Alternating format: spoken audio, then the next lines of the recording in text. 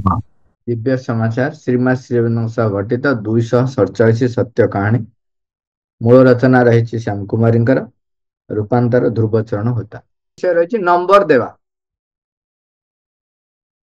ଥରେ ଶ୍ରୀଅରବିନ୍ଦ ଆନ୍ତର୍ଜାତିକ ଶିକ୍ଷା କେନ୍ଦ୍ରର ଜନୈକ ଶିକ୍ଷକ ଶ୍ରୀମାନଙ୍କୁ କହିଲେ, ଛାତ୍ରଛାତ୍ରୀମାନଙ୍କୁ ସେମାନଙ୍କର ଲିଖିତ ବିଷୟ ଉପରେ ନମ୍ବର ଦେବାର ଗୋଟିଏ ନୂତନ ଚୈତ୍ୟ ପ୍ରଣାଳୀ ସେ ଆବିଷ୍କାର କରିଛନ୍ତି।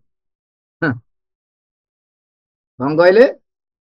ନମ୍ବର ଦେବାର ଗୋଟିଏ ନୂତନ ଚୈତ୍ୟ ପ୍ରଣାଳୀ ସେ ଆବିଷ୍କାର କରିଛନ୍ତି। ସେ ଜାଣିବାକୁ ଚାହିଁଥିଲେ ଏହାକୁ ମା ସମ୍ପୂର୍ଣ୍ଣ ରୂପେ ଅନୁମୋଦନ କରିବେ କି, କାରଣ ତାହା କୌଣସି ପ୍ରଚଳିତ ଧରାବନ୍ଧା ନିୟମରେ ଆସୁନାହିଁ। ଭୟ ଥାଏ କାଳେ ତାଙ୍କର ସହକର୍ମୀଗଣ କହିଦେବେ ଏହା ଏକବାର କି ଆଧ୍ୟାତ୍ମିକ କିମ୍ବା ପୂର୍ବ ଧାରଣା ସମ୍ପନ୍ନ ନମ୍ବର ପ୍ରଦାନ ପ୍ରଣାଳୀ। ଛାତ୍ରଛାତ୍ରୀ ମାନେ ମଧ୍ୟ ଅଭିଯୋଗ କରିପାରନ୍ତି ଯେ ସେମାନଙ୍କୁ ଅବିଚାର ପ୍ରଦର୍ଶନ କରାଗଲା ଇତ୍ୟାଦି। କିନ୍ତୁ ଶ୍ରୀମା କହିଥିଲେ ସେ ଯାହା ଆବିଷ୍କାର କରିଛନ୍ତି ତାହାଠାରୁ ଆଉ କୌଣସି ଉତ୍ତମ ପନ୍ଥା ନାହିଁ।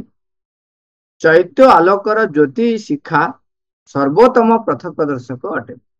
ଚୈତ୍ୟ ଆଲୋକର ଜ୍ୟୋତି ଶିଖା ସର୍ବୋତ୍ତମ ପଥ ପ୍ରଦର୍ଶକ ଅଟେ। ଯଦି ଚୈତ୍ୟ ସତ୍ତାର